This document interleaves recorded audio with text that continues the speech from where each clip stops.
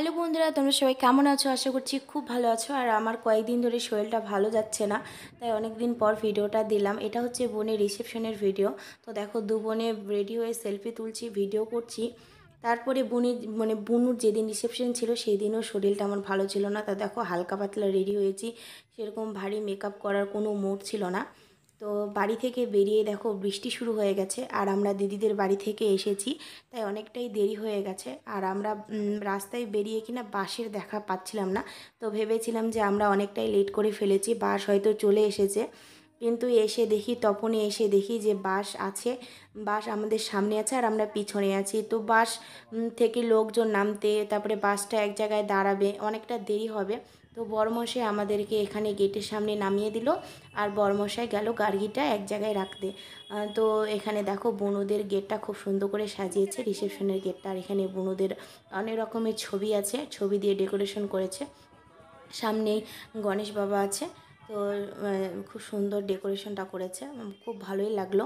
আর এখানে দিদি, জামাইবাবু, বোনও সবাই মিলে অপেক্ষা করছি, বরমশাই আসবে তারপরে আমরা উপরে যাব। বরমশাইয়ের অপেক্ষা করতে করতে দেখো, বাস থেকে সবাই নেমে গেল, মানে কন্যাযাত্রীর লোকজন নেমে গেছে। তো ভাবলাম যে চলো, আমাদের লোকজন আসছে, স্মৃতি হয়ে থেকে যাবে। তো সবাই তত্ত্ব নিয়ে ঢুকছে, তাই একটু ভিডিও করে নিলাম। ওই যে দিদা, বড় মা সবাই একে একে ঢুকছে, মানে দুটো বাসের লোকজন দেখতে পাচ্ছ, অনেকজন এসেছিলাম আমরা। বরযাত্রী অনেকজন গিয়েছিল, আর হচ্ছে কন্যাযাত্রীও অনেকজন এসেছে। এই যে বোন বোন হচ্ছে লেহেঙ্গা ধরবে না লেহেঙ্গার ওড়না ধরবে, তো কিছুই বুঝতে পারছে না। তো দিদি, জামাইবাবুরা উপরে চলে গেছে, আর এখন বরমশাই আসলো, বরমশাই আর আমি এখন যাচ্ছি। তো উপরে এসে দেখি প্রচণ্ড ভিড়।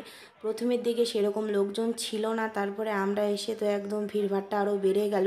আর আমরা এমন সময় এসেছি, সেই সময় পাড়ার লোকজন আর আমরা সবাই একসাথে এসেছি, তো তাই একটু ভিড়ভাট্টাটা বেশি হয়ে গেছে। এখানে আমাদেরকে ডেকেছে ছবি তোলার জন্য, কিন্তু দেখো, একজনের পর একজন আসতেই আছে, গিফট দিতে আছে, আর আমাদের ছবি তোলা হচ্ছে না। এখন আবার যেতে বললো, আবার গিফট দিতে চলে আসলো, তাই আমি একটু বিরক্ত বোধ করছিলাম। দেখো, মুখটা দেখলেই বুঝতে পারবে, মানে দাঁড়িয়ে থাকতে ভালো লাগছিল না, ফটাফট ছবি তুলবো আর অন্যদিকে একটু ফাঁকার দিকে যাব।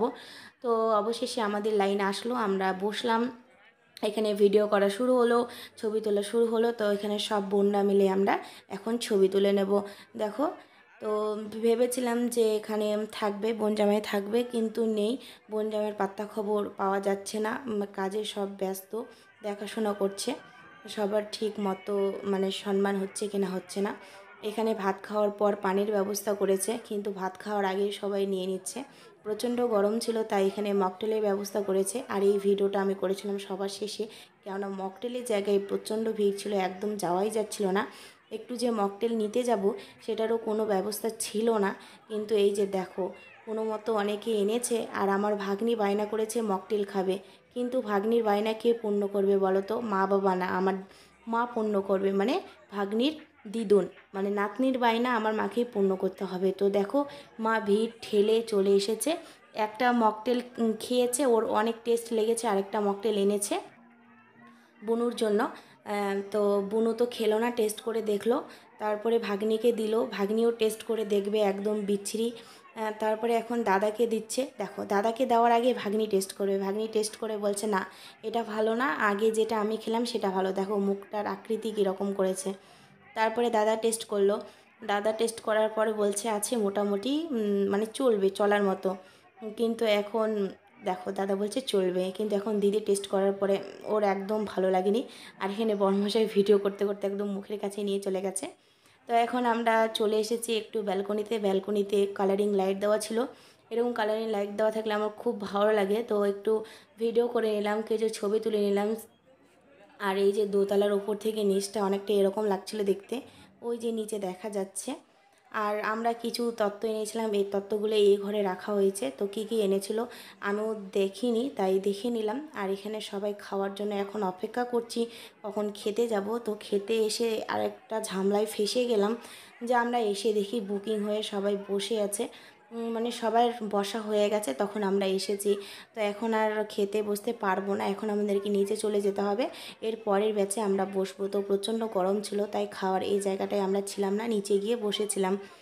তো তারপরে দেখো আমাদের ফোন করে ডাকলো বরমশাই, চলে এসেছি, এখন অনেকটাই ফাঁকা হয়েছে, বিয়ের কনেকে নিয়ে চলে এসেছি। বিয়ের কনের মন খারাপ একটু, কেননা বোন জামাই সাথে বসেনি, অনেকবার করে বসতে বলল কিন্তু হচ্ছে বসলো না খেতে, কেননা অনেক দেখাশোনা করতে হচ্ছে।